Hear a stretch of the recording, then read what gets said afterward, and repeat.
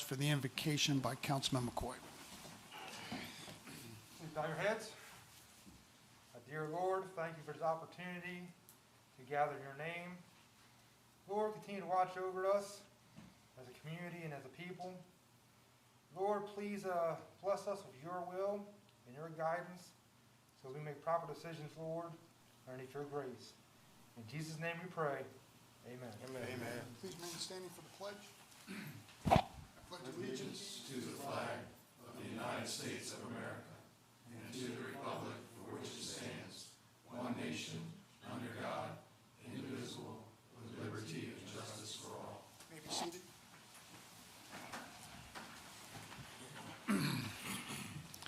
Okay, we are not going to have an executive session tonight, so that'll be crossed off. Do we have any changes to tonight's agenda? No, sir, we do not. Okay, you've all received our minutes from our last meeting. If there are no questions or comments, I'll accept the motion to receive the minutes. I yield. Councilman Henderson, I move to accept the minutes. Okay, we have a motion. Do we have a second? Councilman McCoy, I'll second. Okay, thank you. All those in favor say aye. Aye. Those opposed, Mr. okay. Mayor, I'd like to abstain. I was not present. Okay, thank you. Okay, I want to call up Chief Kraft to make some introductions and announce some promotions. Thank you, Mayor. It's my honor to call up a pretty significant group of folks that have been promoted to Staff Sergeant, Sergeant, Corporal, and PFC, and a new hire. So with that, I'd like to call Valerie Horn. Valerie is our Senior Sergeant at the Police Department. She was just recently promoted to Staff Sergeant August 30th. And she's the first female officer also to be in our administrative rank and file. And I think she's going to do a great job. If you could step right over here, Val.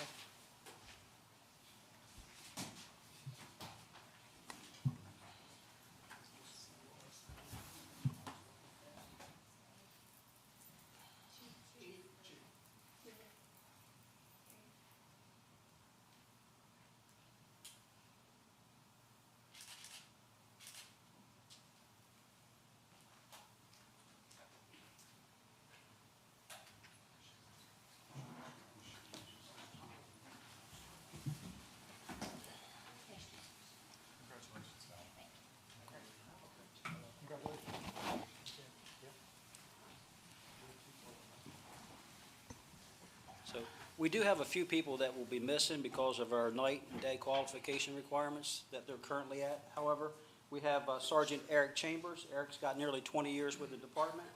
He was recently promoted August the 30th. He had been in our criminal investigative department before being promoted to patrol. Eric, congratulations on being promoted. You can come over here.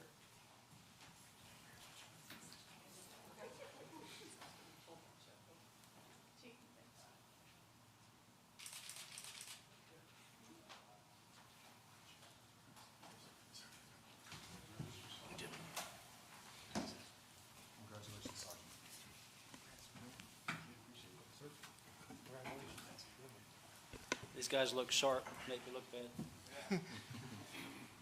The next is Corporal Tyler, Sergeant Tyler Justice. Tyler was our first school resource officer for the school year 2019-2020. He was promoted on August the 30th to rank of sergeant, and he's doing a fantastic job as well.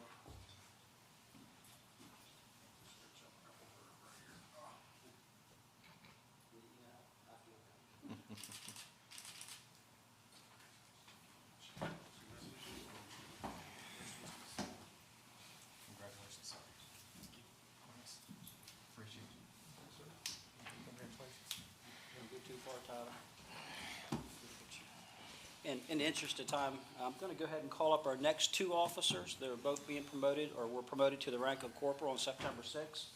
John James, Corporal John James, and Corporal Rennie McKinnon.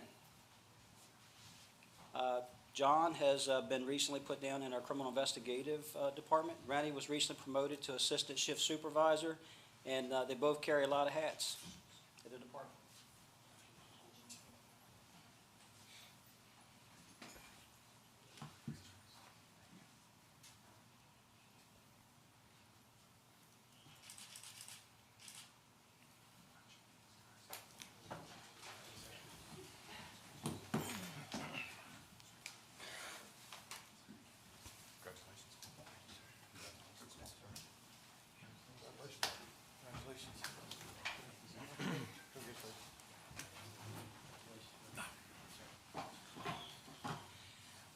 I also have 3 officers that were promoted to the rank of Patrolman First Class. They completed 2 years, September the 9th. One of them, actually 2 of them are at the range, so I'm going to call Cody I apologize. Daniel Burgos up. Cody Matthews and Jamont Matthews are both on the firing range right now, so we'll get them later.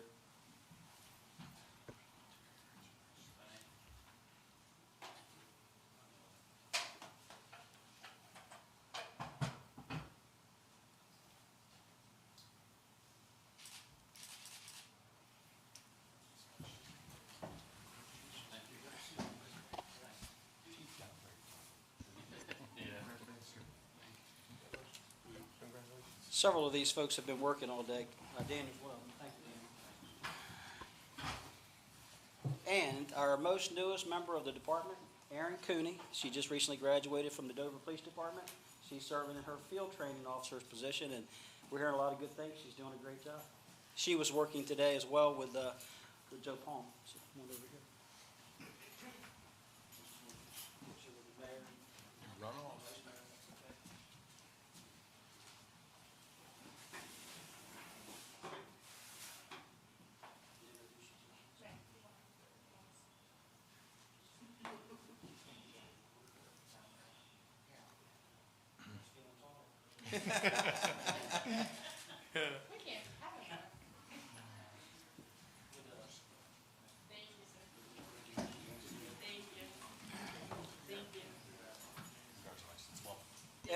If I could have the officers come back up just for a group picture real quick. Congratulations. Yep. Just one group picture with the council members.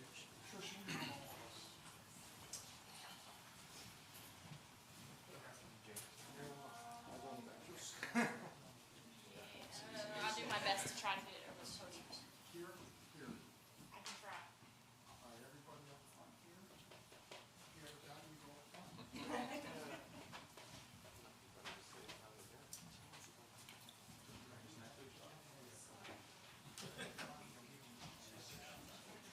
I need you guys to squeeze in. You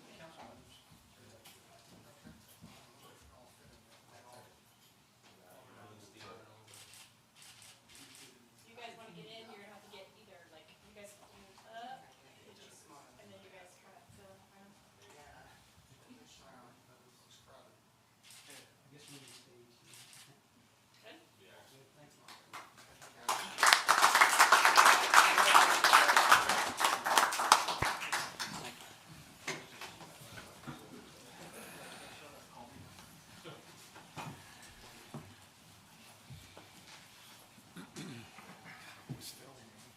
I stood up as a pledge and just fell over the chair. That would've been good. Oh, no, that would've been good. Thank you, Chief. Appreciate the officers coming in. That's awesome.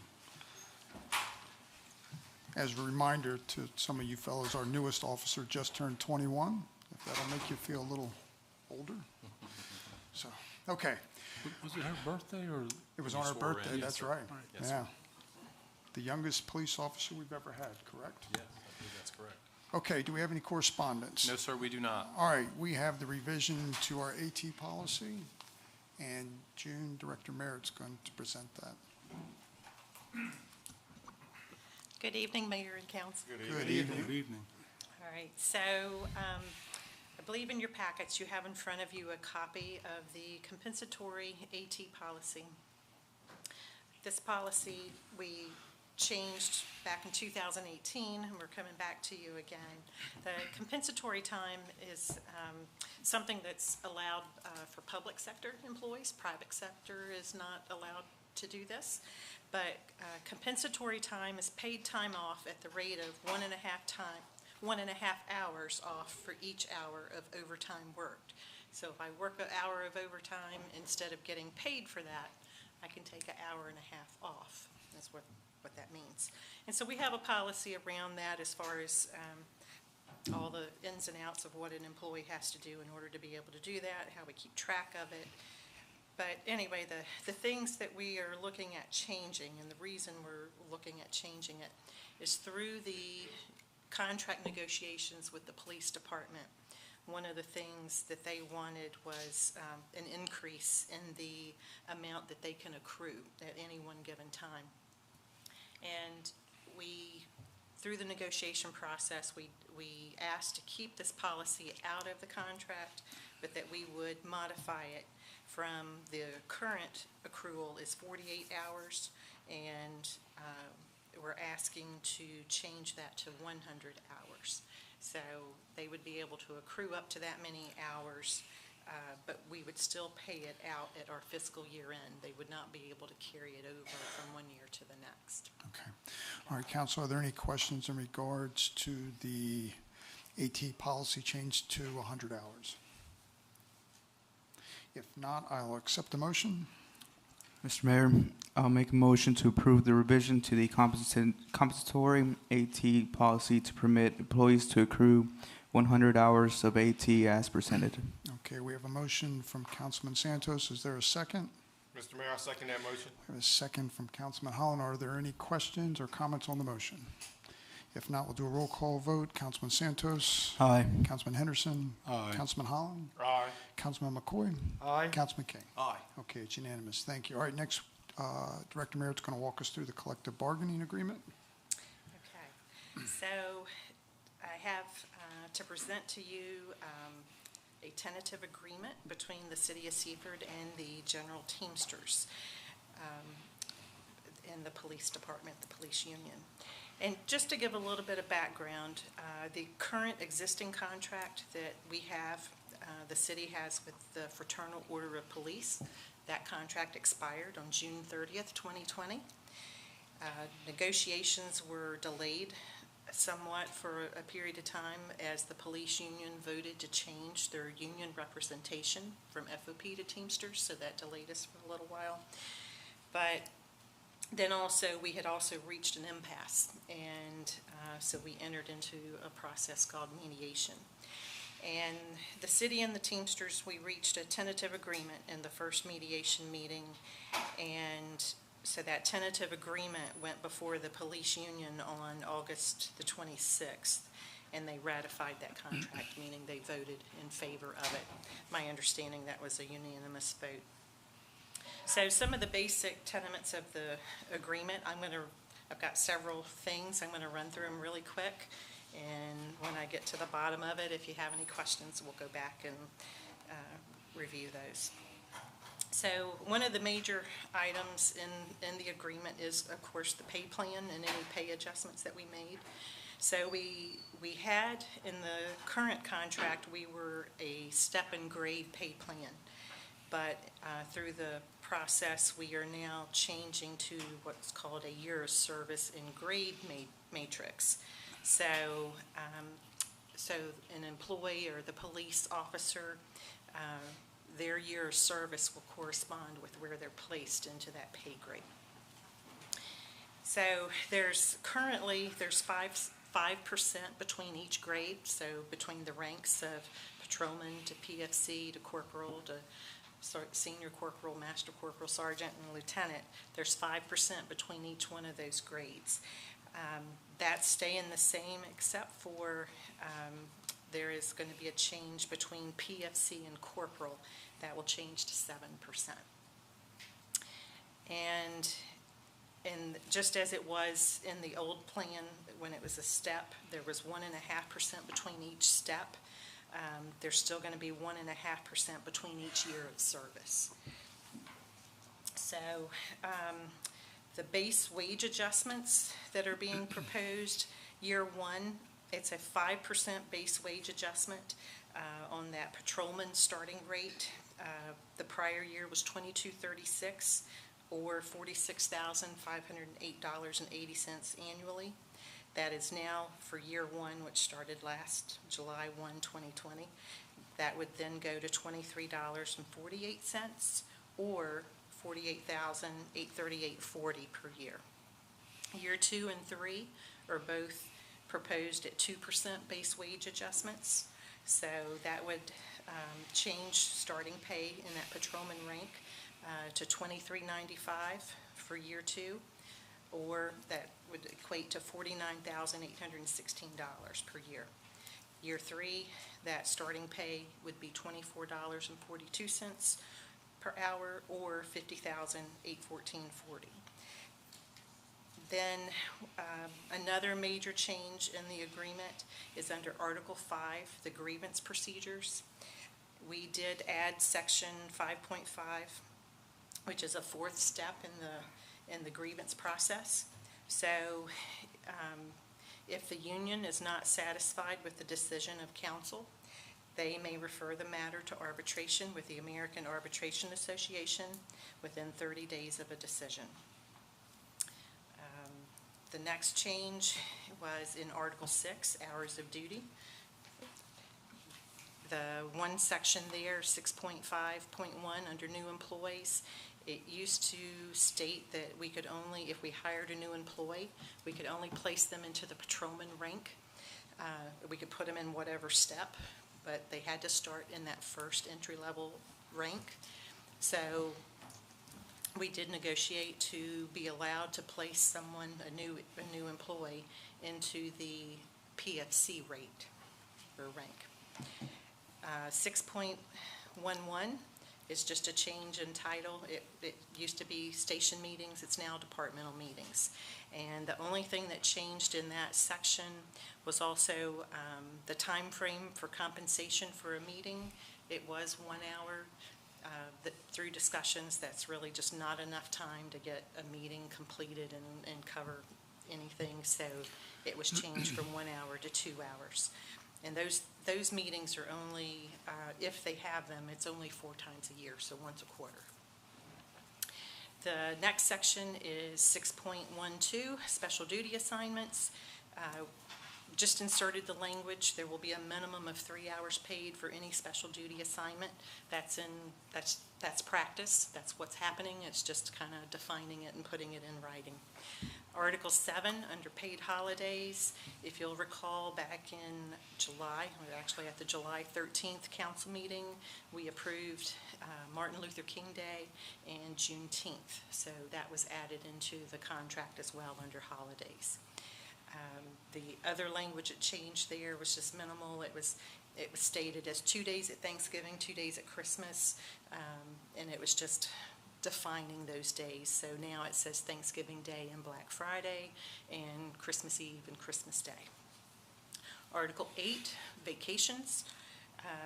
Section 8.4.1 was added, and that language there is addressing should there be an issue where we have to cancel vacations in the event of an emergency or a personnel shortage due to unforeseen circumstances. It kind of talks about how we have to go about that, what kind of notice we have to give, and if you give it back to someone, you know, how it has to happen. Article 9, medical leave. Section 9.4, workers' compensation claim. That was really just cleaning up some language that so that it could reflect what our current policy is. It was just deleting the last sentence of that paragraph. Article 11, special leaves. Section 11.7 was just changing the title from FOP leave to union leave because it's no longer FOP, it's now Teamsters.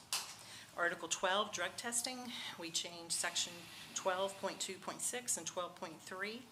That was just strictly changing the alcohol concentration levels from 0.05 to 0.02 grams of alcohol per 100 milliliters of blood.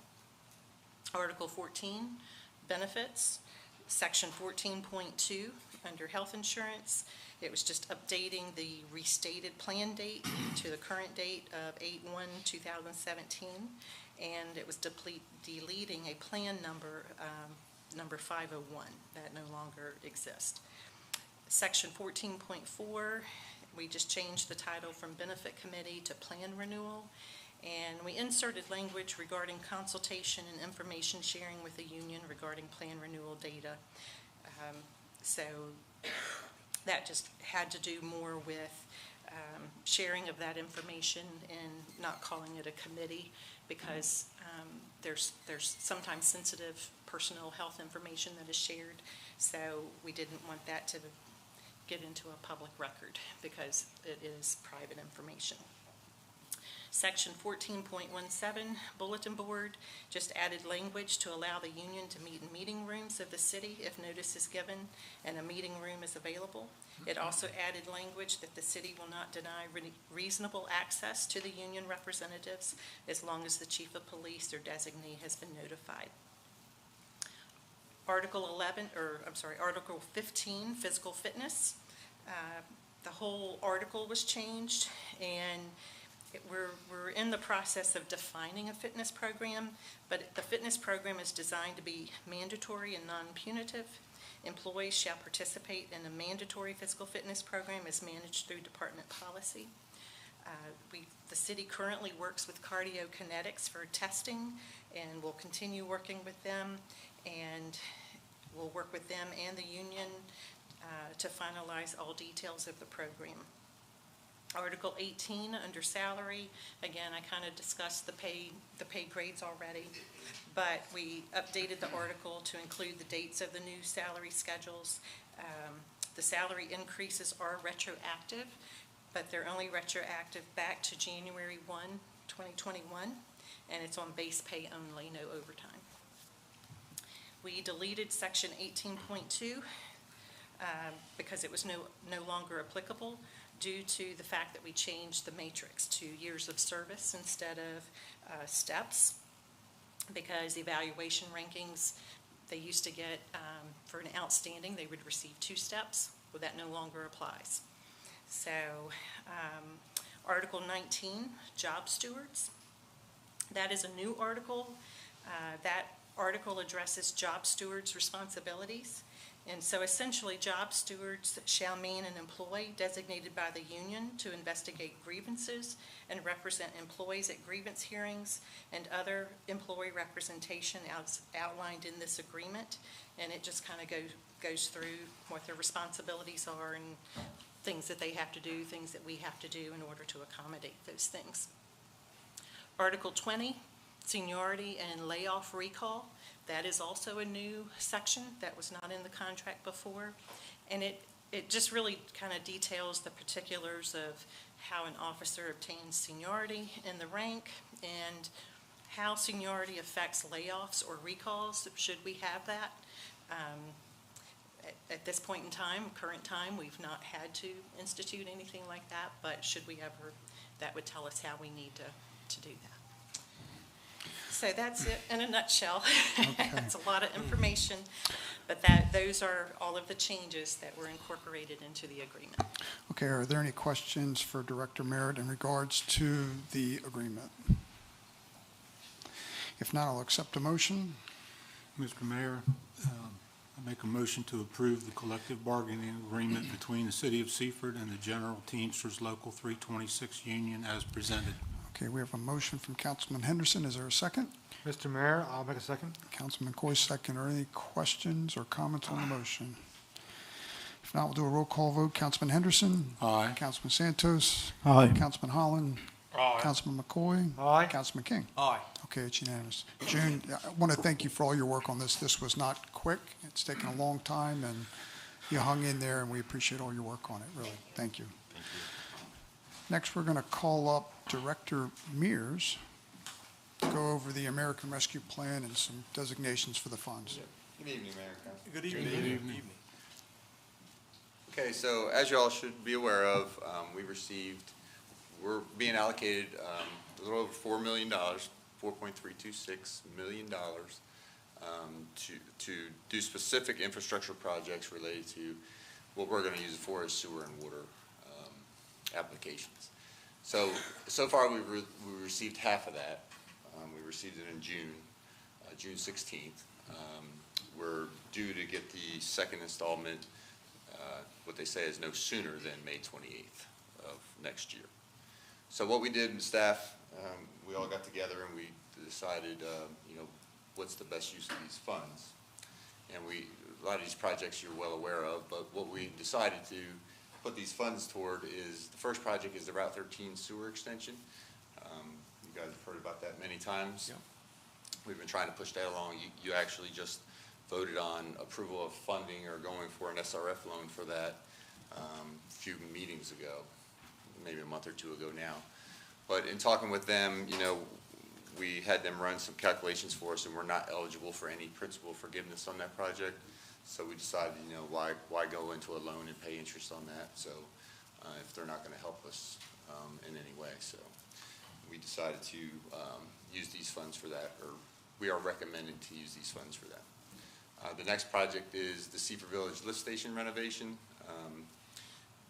I put money in the budget this year to do the design of that project. That was approved, so we are looking at moving forward. We have an estimate of around about $1 million. That was just a kind of high-level estimate from our engineers. Until they do the design, we won't have the exact number. But that is a large regional lift station that takes on all of from Stony Brook all the way north. So even when we do this Route 13 sewer extension project, that eventually will find its way to the Seaford Village lift station. So it's imperative that we do some work on that lift station. I'll go into, I have some pictures and some other things later, but I just want to reference all these first. And then the third thing we're recommended is to do the phased 1B and 2 sewer system installation of the Western Sussex Business Campus. We have an obligation to put that in by a certain date, so you're looking at a little over $1.4 million for that. Then the next two are smaller projects that have popped up this year, which I was going to actually have to come to you guys to ask for some, possibly some unbudgeted funds to do. We have a pump in the industrial park lift station that is in bad shape. So we're looking at probably around $24,000 for the replacement and installation of that, with some incidental piping and labor for that. And then the last one we're recommending is the Virginia Common Lift Station, which is another large regional lift station where it's a wet well, dry well configuration, and the dry well is 30 foot down in the ground, and all the electric pump controls are down there. And over time, with the gas and different things that are down there, it just corrodes them. So it's we're looking to get that moved up top, so it'll be then out of the elements, and we can access it from up top. So that's given us the total expenditures of a little under $4 million, leaving a small balance of close to $400,000, which, the way construction is right now, we need a little bit of contingency, but hopefully we will have some money left over from these projects where we can then decide to put on some different projects in the future. Just a quick little thing, this is the sewer project, which you've all seen, 4,200 feet of 12-inch, and then 440 feet of 8-inch, which goes actually south towards Dover Pools. This is the Seaford Village lift station, which you guys have seen as well when I put in for the engineering. It's 36 years old. It's original to the Seaford Village Shopping Center. We've done some in another kind of unrelated project, retirement living lift station. We ran a larger force main back to this lift station, but it's just sitting there until we do some upgrades to this. So with the previous project going online, it's just imperative that we do some work here. We'll switch this over to a wet well submersible pump with a control house setup versus this dry well, wet well configuration. This is the Western Sussex Business Campus, which you all are well aware of. Water and sewer. This is a pump in the industrial park. It services Orient Chemical. Not sure what kind of chemical got in there, but it's one theory is there's some iron-eating organisms in there. So one of my guys said so. It's in pretty bad shape. So, but it is original from 1990. The other one's not as bad, so I'm just looking to replace one right now. And we're going to go to a different type setup, which is going to be basically a dry pit submersible pump, so it won't have a packing and this is a little different, where the packing is supposed to leak to cool the packing. So with a dry pit submersible, you won't have that leakage if there were to be another chemical to get in there. And then this is the Virginia Common Lift Station, just pictures of the control panel. Old technology, and it's just over time time the environment takes its toll on it, so. And I believe that is basically it. Have any questions? Just to make council aware that the federal government was quick to pass this massive, obscene spending bill, and but yet they were super slow on giving details and guidelines on how municipalities and counties and states could use these funds. So that's why that is just now coming to us. So are there any questions for Director Mears? Yes. Councilman Henderson. It's an ambitious plan. 10% contingency is kind of light in this environment, but I hope you'll consider, if there's any extra money, I hope you'll consider replacing fire hydrants that are bagged. At this point, it's a public safety concern of mine, and there are several around town. So if any of that money's left over, I hope you'll consider doing that. Yeah, I actually, I have fire hydrants already here. I just need to find the time to do it. Yeah. Other questions for Director Mears? If not, I'll accept the motion. All right, Mr. Mayor, Councilman King, I'll make a motion to approve the recommendation of Burley Mears, Director of Public Works, and use the American Rescue Plan funding provided to the City of Seaford for the following projects. A, the Western Sussex Business Campus Phase 2. B, Route 13 North Sewer Extension Project. C, Seaford Village Lift Station renovations. D, Industrial Park Lift Stations. E, Virginia Commons Lift Station, with the remaining balances to be used for the project. What is it? Contingencies. Thank you. Contingencies as presented. Okay, we have a motion from Councilman King. Is there a second? Mr. Mayor, I second that motion. Councilman Holland seconds. Are there any questions on the motion? If not, we'll do a roll call vote. Councilman King? Aye. Councilman McCoy? Aye. Councilman Holland? Aye. Councilman Henderson? Aye. Councilman Santos? Aye. Okay, it's unanimous. Thank you for your work on that.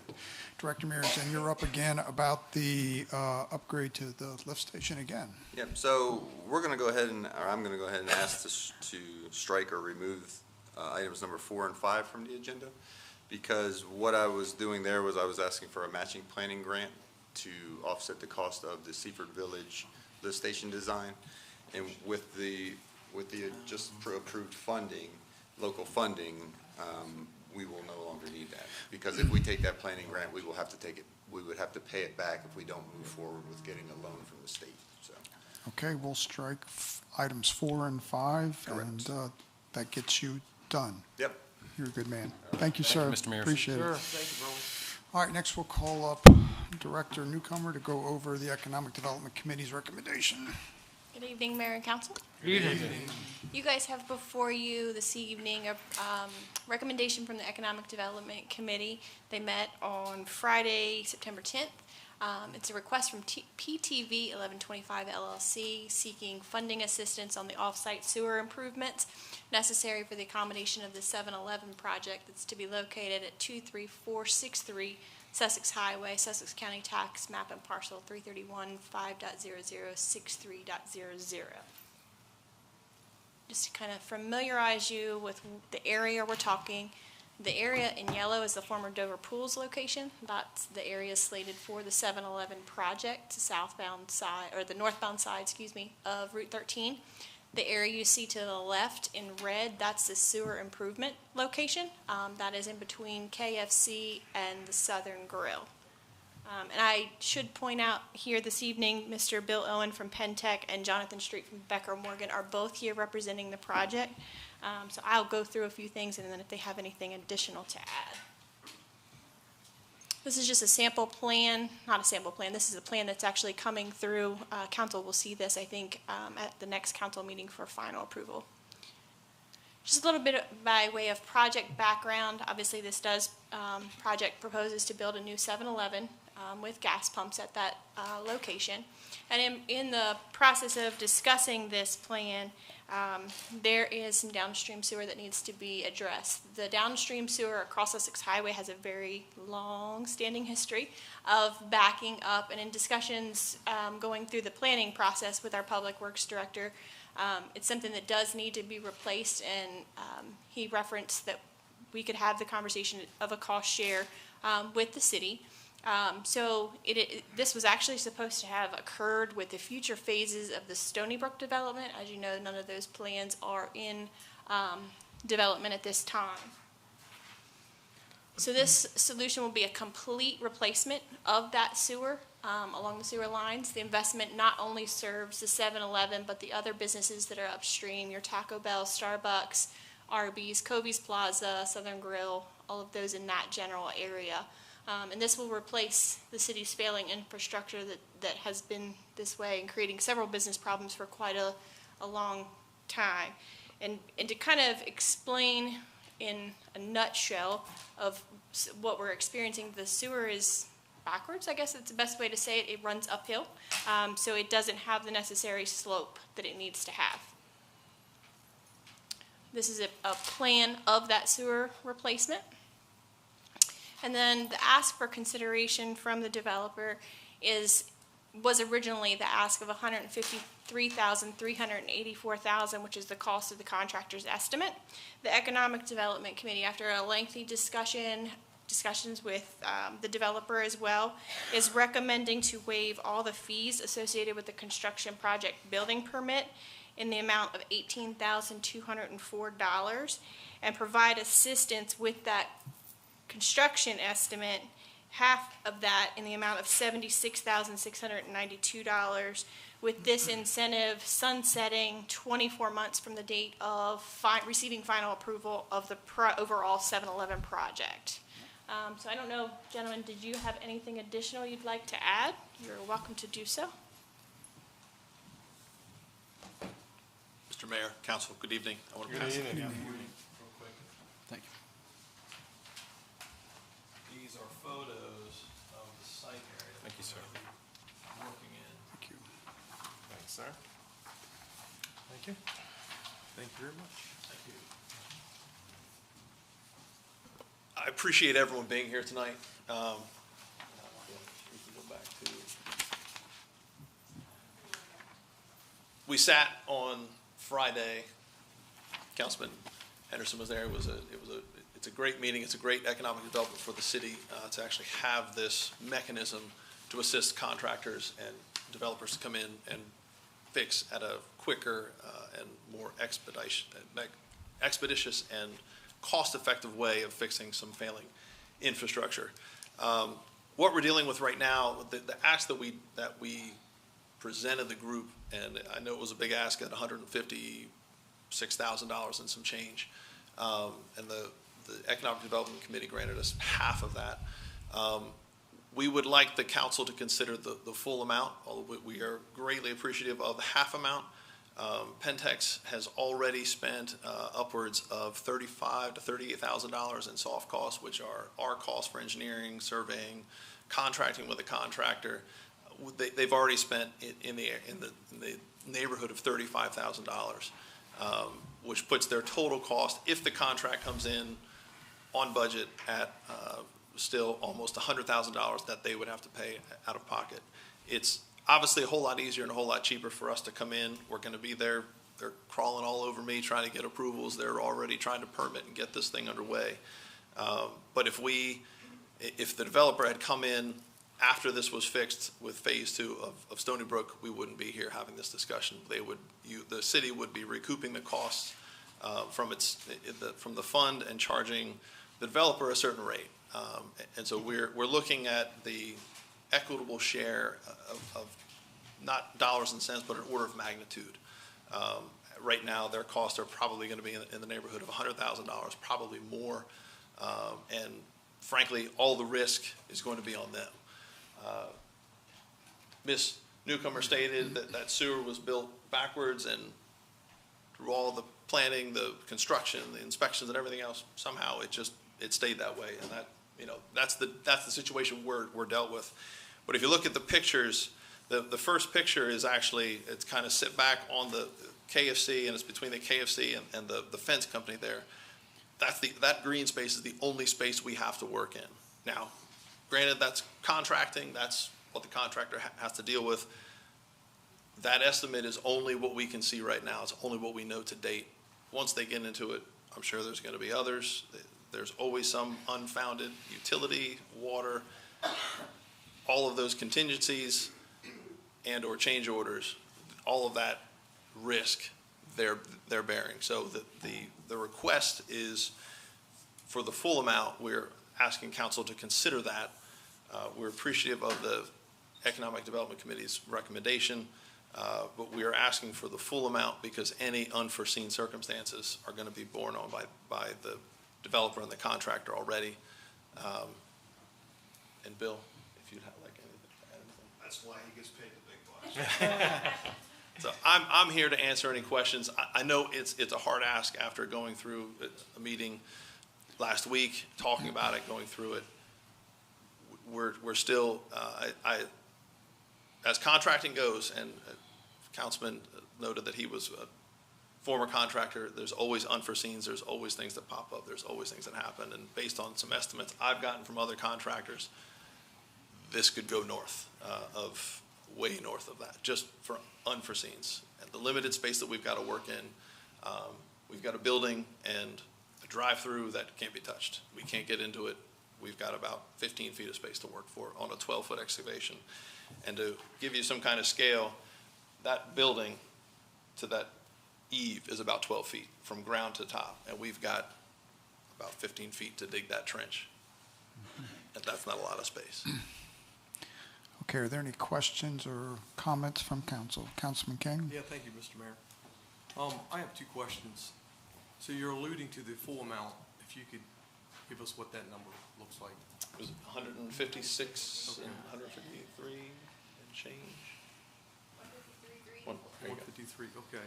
And the second question I have, so the businesses that are within that location, that area, are they all feeding into that line? So this isn't something you're putting in just to accommodate one Correct. business. Everything around that area feeds into the same line, if I'm correct. Yeah, that's correct. Yeah, so if I can find it. Oh, sorry. So do you know how many businesses, what that looks like for total? So, at least from what I know, the Taco Bell, the Starbucks, Okay. our project, the 7-Eleven, and I can't think of the Arby's, the KFC, the business park with the Kobe's Plaza. Kobe's has quite a few more businesses than what. Right, so Kobe's, from what we know right now, I think there are 3 of those buildings are hooked into just that line. And then the KFC ties in the back, across 13. Across 13, thankfully, is built fine. It's got enough slope to carry it across. One more point, this also frees up Mr. Mears' quarterly blowing out of that line that they don't have to do anymore. They shouldn't have to do anymore once we replace it. So it'll free up some of your staff too. Other questions, Councilman McCoy? My question would be for Councilman Henderson or someone else on the committee. This proposal came forward, the decision or the recommendation was to go to 76,692. Can we talk about that process a little bit and why we came to that number? It's not actually 76. There's an additional 18,000 discount to waive the fees. So it's not actually the 76. It's considerably more, about almost $20,000 more than that. So my main concern is and I expressed during the meeting that it's unfortunate that the installing contractor got away with installing a substandard, doing a substandard installation. Not substandard, just incorrect. Right. My next, as the councilman on the committee, as unfortunate as it is, my next motivation is the taxpayers. Sure. We're willing to give half of it. The $76,000 accounts for approximately, the additional $76,000 would approximately be about 1% of their total development cost. to me, it's not a deal breaker. But to ask the taxpayers who have already paid for this project once back in the 1980s to pay for it all again didn't seem to make sense to me. And we have other, we have this developer and there's other developers behind them that will pay the impact of those fees, however long it takes, but there will be a downstream cost share. So we don't have the dollars and cents figures of what it would cost 7-Eleven to contribute to that if it were repaired. It wouldn't be $76,000, but it would be a considerable chunk. I don't think we went through that exercise. No, sir, you are correct. We did not. So my motivation is to save the impact to the taxpayers of the city because someone wants to develop. We've been living with this problem for a long time, and I empathize with the developer.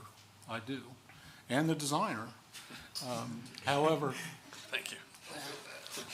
however, you know, I feel bad for the taxpayers who are impacted by this as well. So I think it's a compromise is the best way to move forward, rather than have the risk there's a risk and there's a reward.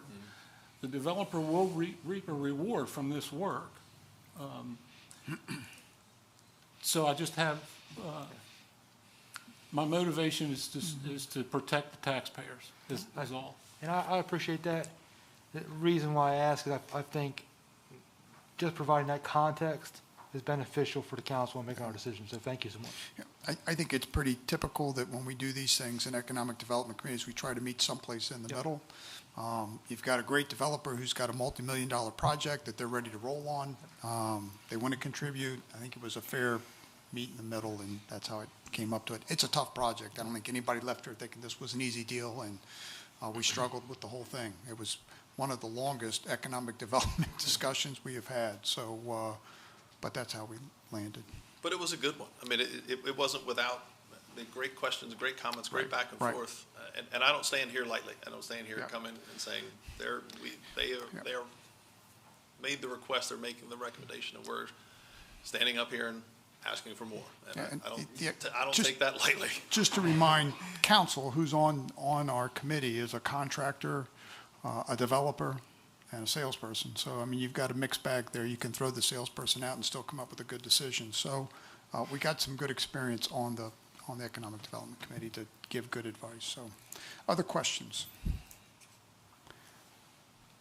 If not, I'll accept a motion. Thank you. Mr. Mayor, I'd like to make a motion to recommend to approve the request from PTV 1125 LLC for funding assistance to the off-site sewer improvements necessary for the accommodation of the 7-Eleven project to be located at 23463 Sussex Highway, Sussex County, tax map parcel number 331-5.00-63.00 by waiving all fees associated with the construction project estimated at $18,204 as provided by the building official, and by assisting with costs associated with the contract estimate in the amount of $76,692.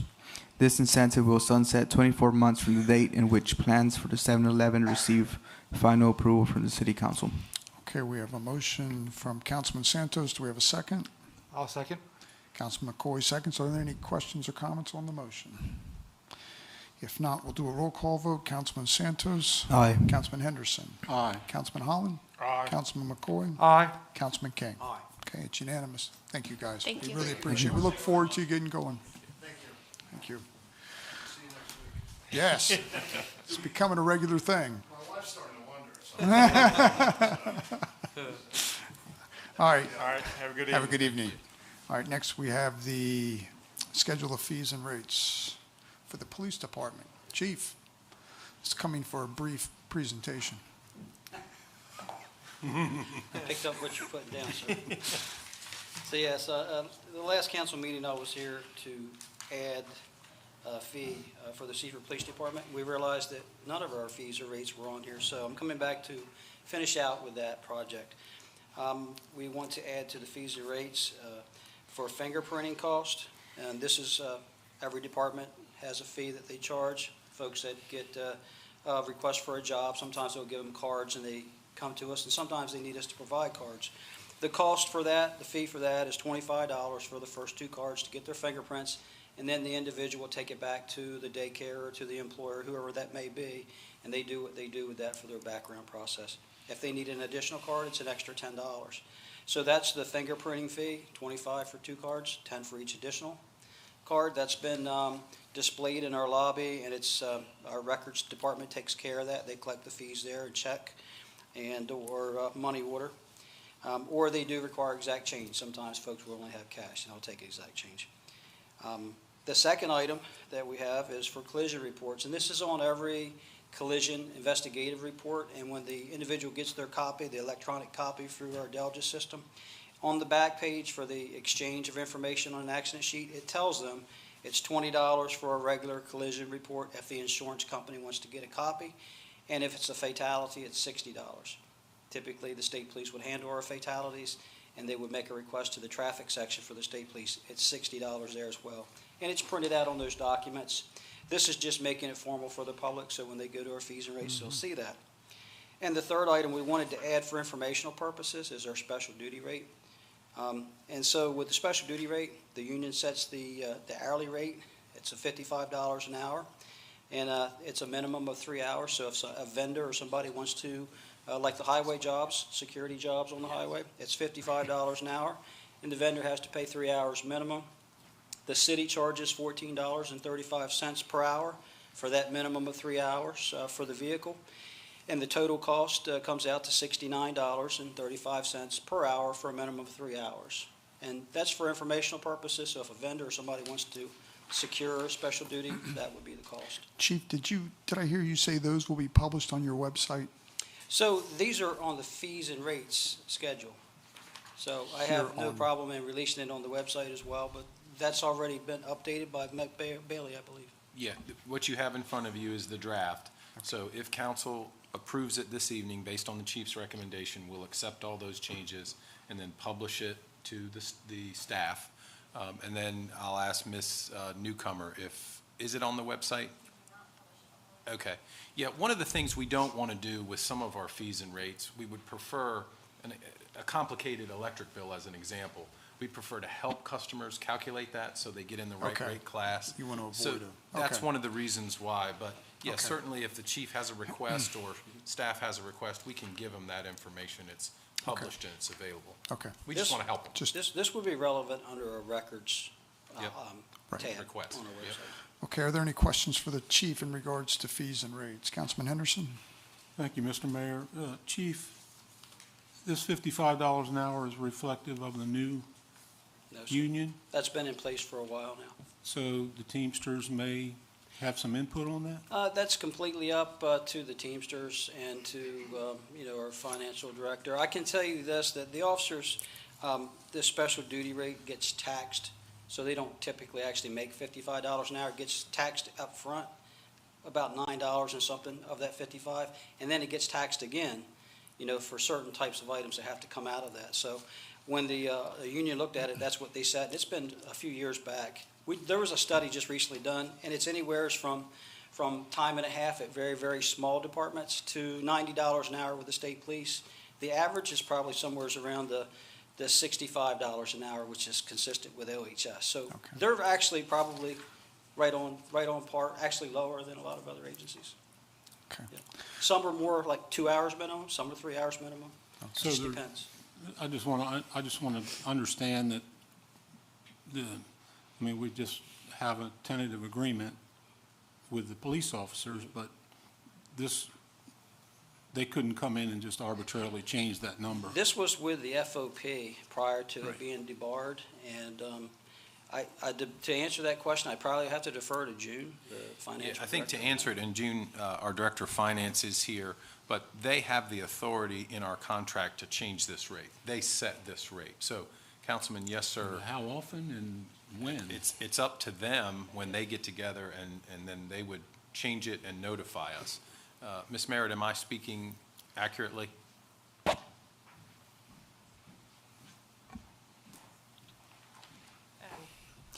Yes, in the CBA, collective bargaining agreement, and I'm trying to find it quickly. The police union has the ability to set this rate. Do you remember where it is? I'm trying to find it. Okay, it's under Article 6, Section 6.12, Special Duty Assignments, and it's been in the contract. I'm going to say I've been here 22 years, so there was contract prior to my starting, and I believe this language has been in there ever since. But it says, the union shall establish the hourly rates charged to the vendor for special duty assignments and shall administer the allocation of such assignments among employees. So with that said, then this would not change until the next negotiations. That is incorrect. No, that's. So they could get together and they could vote to change this rate. And then if council agrees, we're providing this, and we've kind of jumped to new business number 8, but we're providing this as information. We want the police department and any of our vendors to be able to get this in a concise area. But should this happen again, if council's amenable to this, we would notify you and we would publish an updated sheet for just this. Council controls every other fee that the city sets based on recommendations, except for this fee by contract. So to answer Councilman Henderson's question, if it comes forward and they notify us of a change, they've done it properly, and they notify the chief, the director of finance, and the city manager, we would update that and then publish it to council so that you guys were aware we followed through with the CBA requirement. Okay. All right, very good. Councilman Henderson. As a follow-up, thank you, Mr. Mayor. The $69.35 an hour is a billable hour. It doesn't come as a cost to the taxpayer. It comes as a cost for someone who wants this coverage. Is that correct? That's correct. Thank you. Okay. Other questions on the rates and fees? Thank you, Jim. Thank you, Chief.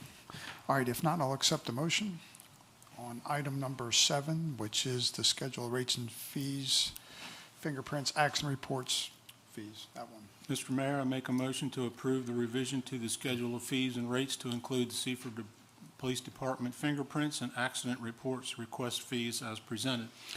Okay, we have a motion from Councilman Henderson. Is there a second? I'll second that. Councilman Santos, second. Is there any question on the motion? If not, we'll do a roll call vote. Councilman Santos. Aye. Councilman Henderson. Aye. Councilman Holland. Aye. Councilman McCoy. Aye. Councilman King. Aye. Okay, it's unanimous.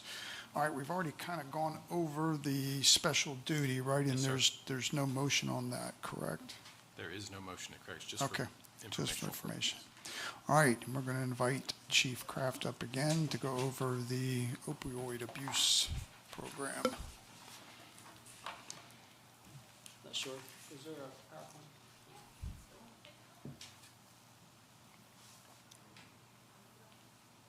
Keep going. Oh, too fast. I'll get to the first slide there. So, just briefly, we have the opportunity to submit for approval from the council to submit and to receive funding to begin a diversion program, not just for the city of Seaford, but for the town of Laurel as well. Total available grant funds granted for our region, Laurel and Seaford, was up to $321,000. The grant has been extended, so it'll be good for 2 years from September 30th. So it would expire September 30th, 2023. The idea of this grant would be to be three-pronged. As you can see up on the slide, it's a pre-arrest diversion program, primarily focused on substance abuse for alcohol, drugs, as well as mental health.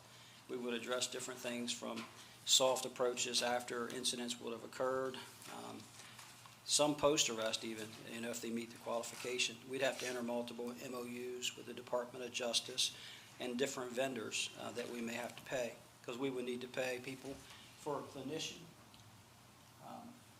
as well as for case manager, because it's a lot of data that has to be provided on a weekly basis, grant reporting on a quarterly basis. We would be responsible as well to pay our partners, whoever they may be, when this grant's approved, by the quarter, so we would pay them out and get reimbursed quarterly. Some of those vendors that we're looking at right now, we're waiting for the proposal to come back, is Sun Behavioral Health there in Georgetown. They have an RFP, so they can accept folks with or without insurance for behavioral health issues. They currently have a RFP that they placed with the state of Delaware to get reimbursed for non-insured for substance abuse. They currently do not have that, so they wouldn't be able to accept folks as of today. But our understanding is the state's going to be making a decision in the very near future. And what's good about that is they already have partnerships established with pretty much everybody up on the list here. They work with Compass Mental Health. They work with Tidal Health, because before anyone can be admitted to Sun Behavioral, they have to have a health assessment done, right? So that they can show that they're able to be placed in a step-down facility such as that. They do have a nurse practitioner, but they're not authorized to do the health assessment portion. So that's what's important for us, is to have that partnership with Tidal Health as well. And then we have other organizations here in the city, not just Compass Mental Health, but Teen Challenge, who we still have to reach out to. I think they would be a good partner for us. This is Celebrate Recovery. Pastor Larry Davis's church runs that. It's a national organization. And actually, folks can be court-ordered there. But also, the Sun Behavioral Health said that they would do referrals there as well.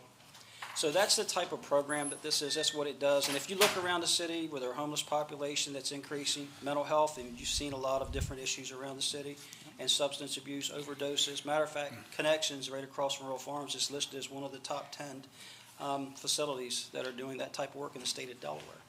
So you can see we have a large problem with opioids, overdoses, and drug addiction and alcohol.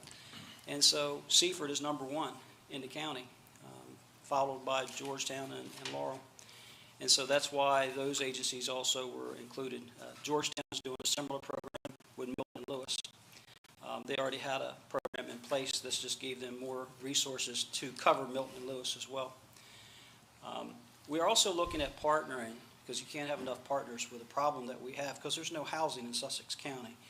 But if we partner with Hero Help as well, they're partnered with Sun Behavior already. There's a lot more housing opportunities up there. And they also take non-insured folks for substance abuse.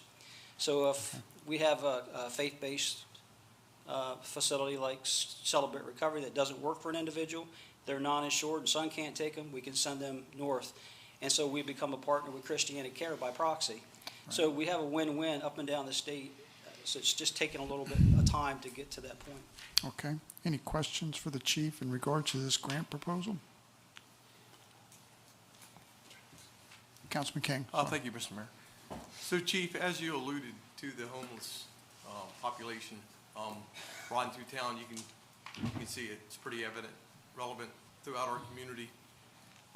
So, as a police officer arriving on scene, what type of training are they going to receive? Are they going to receive any additional training, or are we going to ask them to step in and kind of evaluate mental health issues, or where this person needs to go, or so how does that process work? I promise I didn't give him any cue cards. That's a great question. Yeah, we've actually been doing this for a while now. I entered into an agreement with the International Association, and we're actually should be on a national registry, hopefully within the next 6 to 12 months or less. And that program is we're going to train 100% of our entire department. We've already started in mental health first aid. It's a mandatory 8-hour class of instruction to do things that I've kind of got in this PowerPoint that you'll have in front of you. And I could flip to that slide in a minute, but it's going to train our officers not to treat people, but to just simply recognize what a person on an alcohol substance problem or an addiction problem or a particular type of mental health problem might be, just to have an idea what that might look like and how to handle a situation, how to communicate with somebody, right? How to relate, how to not de-escalate, how to call the proper resource and do the proper referral. And so we've already started that. We have 6 or 7 people that's already trained out of our department. Tyler Justice, we sent him late last year to do training with the FBI National Academy for, resiliency training, officer resiliency training. So he's got some background. He's also got an undergrad in psychology. Now he's going to a national certification level train-to-trainer class for mental health first aid to actually teach that 8-hour class to every one of our officers so that we don't have to pay and we can get it done much quicker. And he'll be going, I think, in October for that class. Part of the program agreement with the International Association was to also train 20% of our department in crisis intervention because of a co-responder model. If you have time, we could talk about it, but a co-responder model would be for an officer, a practitioner, or not practitioner, but a clinician from Sun or one of our other partners to go do soft contacts with individuals like what you reported on a week or so ago, right? Someone experienced a crisis situation or someone that's already had an overdose so that we can do some training with them and try to offer them services, and if they agree to it, the clinician, along with our crisis intervention technician, will be able to get them set up to do the health screening with Tidal Health, do the assessment for their need, and then place them in the proper facility, whether it's up in Newcastle or over at Sun or at Celebrate Recovery or Teen Challenge, whichever it may be. Right. And they'll have those resources available, like if they kind of evaluate, come to a conclusion, instead of, and I'm not saying to do it, maybe, hey, send them along, but now they can say, hey, you know what, based on my evaluation, I think this is the concern, and this is potentially where we could get. Yeah, some because help. you're not always going to have a clinician right there with us, right? But the officer needs to, and we have a philosophy, and I could flip to the PowerPoint slide here that I've been pushing off to our officers now for a matter of months. If I can see it. So our guiding philosophy, and that's just it. Police officers handle problems, period. Like a lot of times, quite frankly, they're not law enforcement problems, and we're placed in situations that oftentimes can lead to unfortunate circumstances. So the best way to handle that is to understand that you are dealing with problems on a daily basis, and we can't just go and wash our hands of it, right? We have to be able to identify and provide a proper resource or a solution for that situation, and that's the philosophy that we've been pushing out. That's why we've already started the training last year. We've already gotten in certified instructors. We got another certification coming. We've been working on this for about a year. It started slow, and then the funds became relevant based on the governor receiving a multi-million-dollar federal grant and divvying out to Delaware CJC, who identified 5 regions, and we happen to be one of them. So it's kind of all coming together at one time, and it is important. It's an opportunity, you know, for us to address these problems, which by proxy is going to improve quality of life for those individuals, improve safety for the community, and officer safety, quite frankly, because when you're dealing with people that aren't necessarily thinking straight, they can lead to unfortunate use of force situations, and unfortunately that can turn out bad, as we've seen on the news. Right, awesome, thank you. Yeah, yes, sir. Appreciate it, thanks. Do you have any additional slides, Chief? I jumped you there. I do, sir. If you'd like to see, this is just talking about why we wanted to have it and things of that nature. I won't go through the entire thing, but we talked about the philosophy. And this is just to explain to everyone that, you know, people in crisis are more likely to see cops than they are somebody that's actually trained to handle that situation. So if you don't give cops the training, like we were just talking about, you have an opportunity for something bad to go wrong. And that's why it's important to have these types of diversion programs as alternatives. Get to them before it becomes a problem. The young lady that Councilman King reported seeing us to us the other day, we've been dealing with dozens of times. It just so happens that, you know, things worked out in that case, but this can be an opportunity. We know who they are. We make the soft contact. Eventually, they'll accept the services. She did one time out of probably 20 times and then left. And, you know, and then here we are in that situation. Not every case would be like that. The idea is Newcastle County Hero Help started their program in 2015, and they've reduced the frequent calls for service for cases just like that by 45% in just 5 years. That allows our officers to be freed up on the street, get back out handling those types of quality of life and life safety issues that we should be out there handling. So that's why it's important to dump resources into this.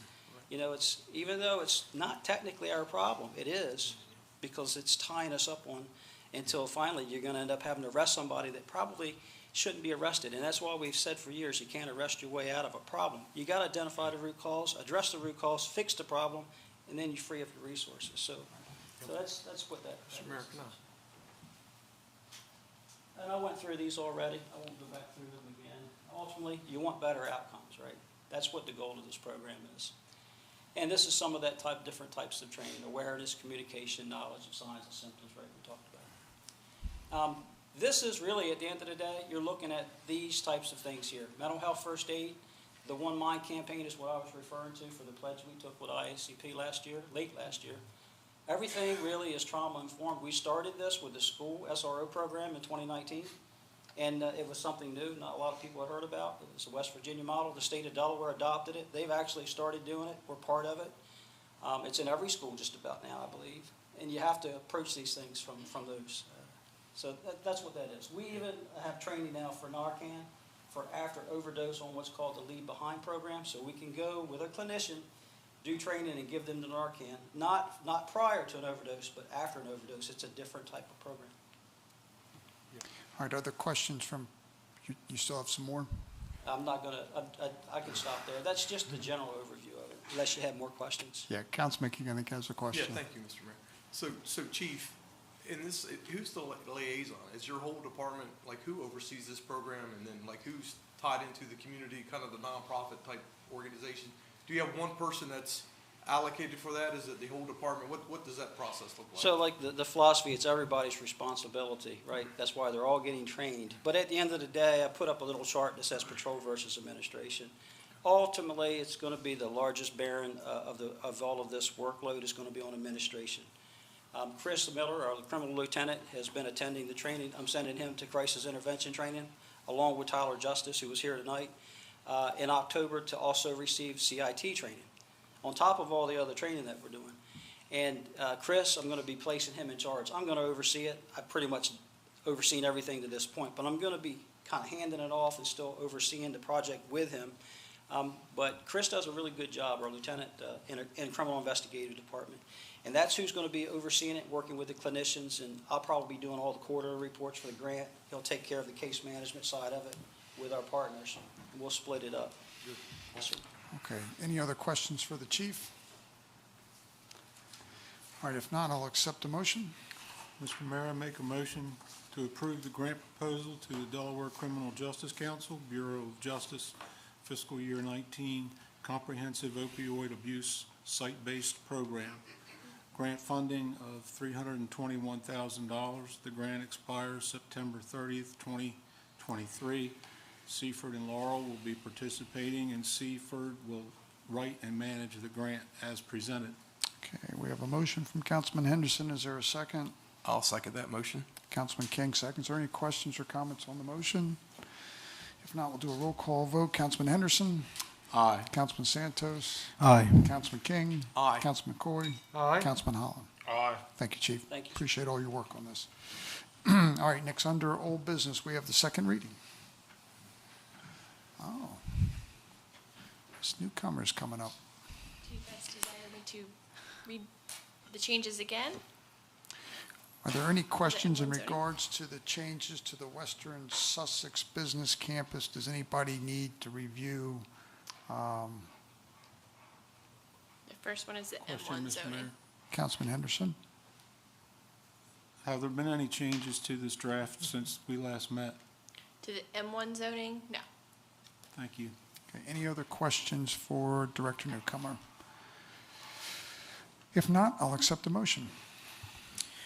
Mr. Mayor, I'll make a motion to approve the revisions to Article 4, Division 1, M1 Light Industrial District of the Municipal Zoning Ordinance provisions as presented.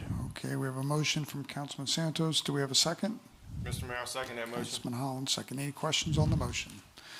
If not, we'll do a roll call vote. Councilman Santos? Aye. Councilman Henderson? Aye. Councilman Holland? Aye. Councilman McCoy? Aye. Councilman King? Aye. Okay, it's unanimous. All right, and then second, under old business, we have the second reading of the declaration of restrictions or covenants for that park. Are there any questions specific to that that anybody needs Director Newcomer to review? And again, no changes since the last presentation. No changes since last presentation. If not, I'll accept the motion.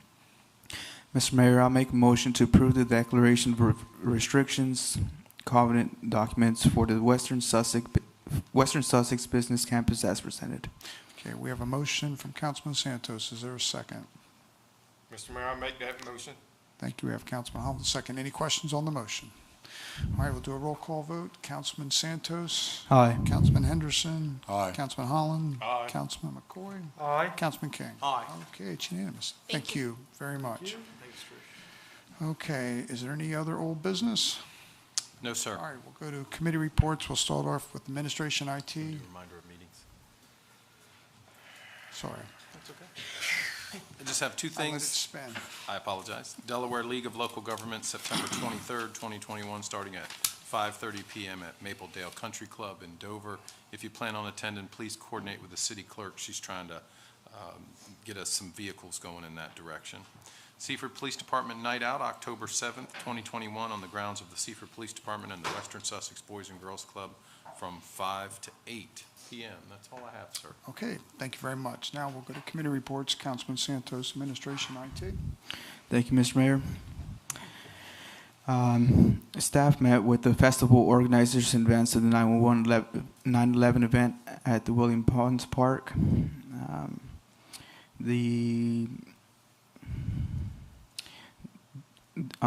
Charles went to the Smith firm to execute the closing documents for the Ross Business Park property. They have, for the IT report, they've been upgrading the virus protection to provide better flexibility and keep the system up to date. They've been providing equipment inventory data information for the depreciation schedule. As you guys know, the contract negotiations has been completed, and everything else is routine. That concludes my report. Okay, thank you very much. Next, we have police fire. Councilman Henderson. Thank you, Mr. Mayor. We'll start off with Chief John Wilson's report from the Seaford Volunteer Fire Department. I'll summarize it. There's a lot of information here. Total fire calls for 2021, 647 for an average of 2.5 calls per day. The month of September is a higher than average call load for 37 calls so far for an average of 2.8 calls per day so far in the month. Under EMS calls, we're averaging 10.2 calls per day for the year. And for September, we're averaging 8.7 calls per day. So it's a little bit less than the average so far. We're only halfway through the month. So for the department's responded to a total of 3,272 calls in 2021 for an average call load out of the department of 12.7 calls per day. You'll see a number of significant calls in and out of the district. We had a working house fire in Seaford at 623 Spruce Street, and we had out of the city, we had a vehicle crash with entrapment. The patient was transported to Tidal Health Nanticoke. Under apparatus, all apparatus are currently in service. The new ambulance is expected to arrive Friday. Pardon me. And there's a little bit of paperwork to do before it will be put into service, and we're hopeful that the ambulance will be here on display for the next meeting, prior to the meeting, so we're hopeful that it'll be ready in time for that. There is I saw an advertisement for new hire just very recently, and they're asking for part-time help that's still needed for part-time EMTs. Under training, we have training. The next training will be tomorrow evening at 7 o'clock. They'll be learning about ropes and knots. Under new events, or other news and events, the chief and assistant chief, the Cates, attended fire department parade on August 28th in Seaford, New York, one of our sister cities. He made a presentation, or there was a presentation at the Seaford Moose Club on that same day where Vice President Adams attended, and they've, Chief, can you tell us what LODD is? Line of duty death. So there was the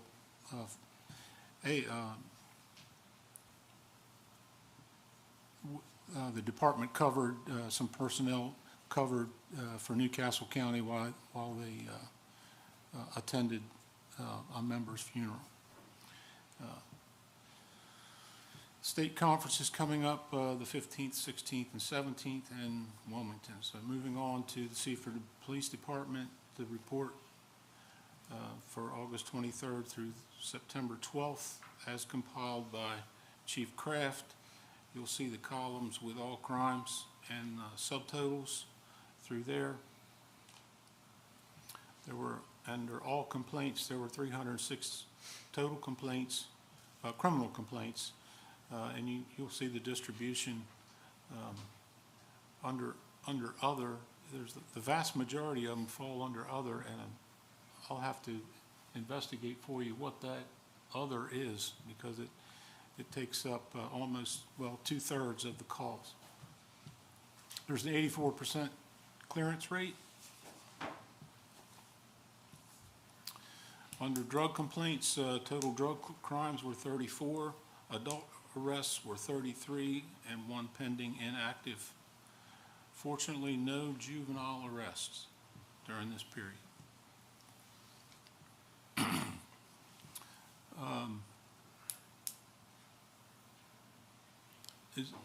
Chief, is that right? 410 traffic contacts? Yes.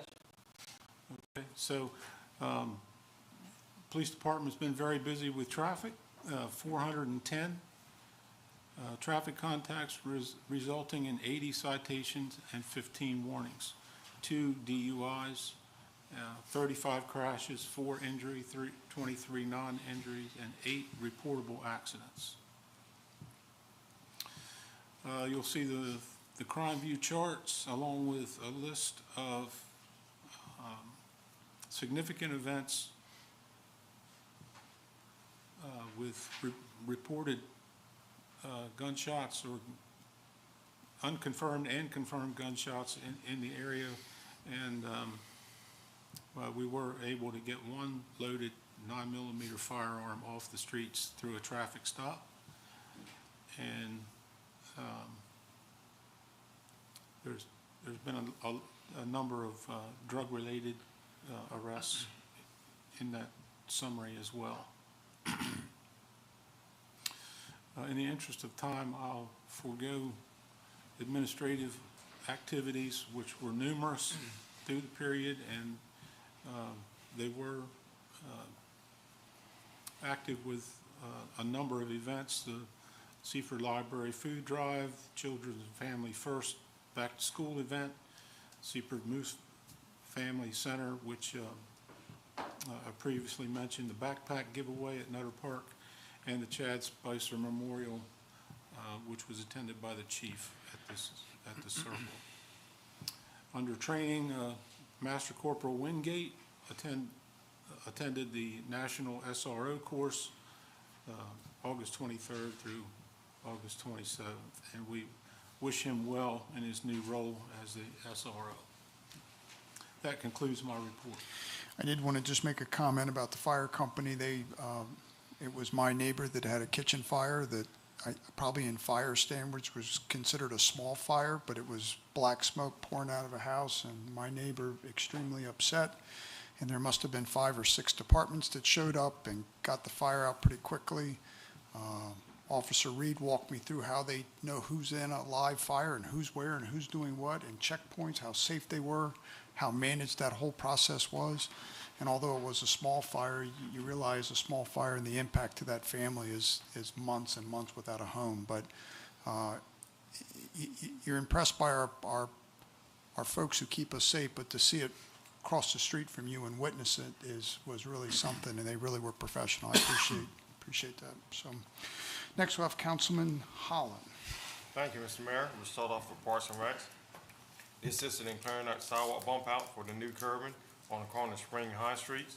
Replaced split railing fence at Oyster House and Park and Hooper's Landing. And they also replaced safety net in the Hooper's Landing by the driving range.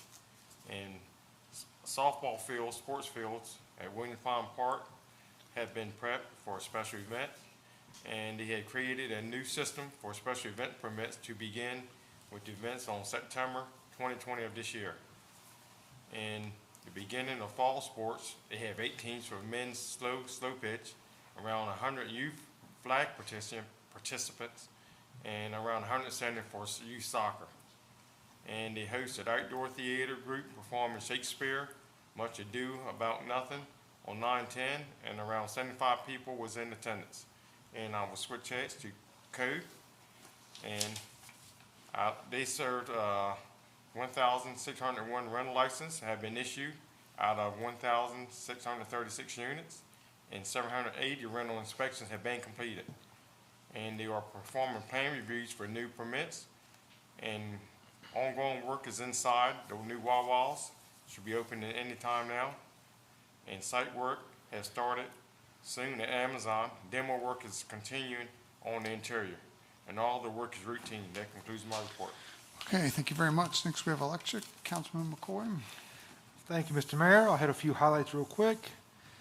Since the last report, the crew has hung the Hometown Heroes banners on High Street, which from the residents I spoke to is a huge hit. Installed some new cameras. They sprayed the substations for weeds. The director had his director's meeting, staff meeting, and council liaison meeting, and finished the 7-Eleven estimate and escrow letter and sent them out. Also met on site with the general contractor for the Amazon project. Over the course of the upcoming weeks, going to continue working at Wawa to run the loop feed to the front pole line, continue working in Bel Air multifamily, and add a second transformer at Eastern Shore Metals. Again, Mr. Mayor, the report's been submitted in its entirety. Thank you very much. Next, finally, we have Public Works Wastewater Treatment. Councilman King. All right, thank you, Mr. Mayor. My report has been submitted in its entirety. I'm going to start with the Public Works Department. The Montessori School entrance is completed. They are doing some paving work and striping on Spruce Street, patchwork on Front Street. They restriped the walking lanes around the golf course. It looks really good. 534 South Willie Well is back online, which caused some dirty water complaints. This has subsided. They have one open position currently. I would jump over to the wastewater treatment facility. All is going well. They're receiving all flow from Bridgeville and Greenwood. Plant performance remains good.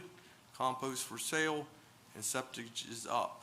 Some of the activities that are going to happen over the next 2 weeks, they have some street paving bids that are due. They're going to work on Front Street and seal the cracks. They're going to patch Shipley and South Market for Del Dot. They're going to continue to replace hydrants on Market Street prior to the repaving, and all of the work is routine. And with that, Mr. Mayor, that concludes my report. Okay, thank you very much. Want to thank all the city employees for their hard work these past couple of weeks, and a lot coming up. And with that, I'll accept a motion to adjourn. Mr. Mayor, I make that motion. A motion, do we have a second? I'll second. Thank you. All those in favor say aye. Aye. Those opposed, case unanimous. Thank you. Good night, Ben. Good night. It was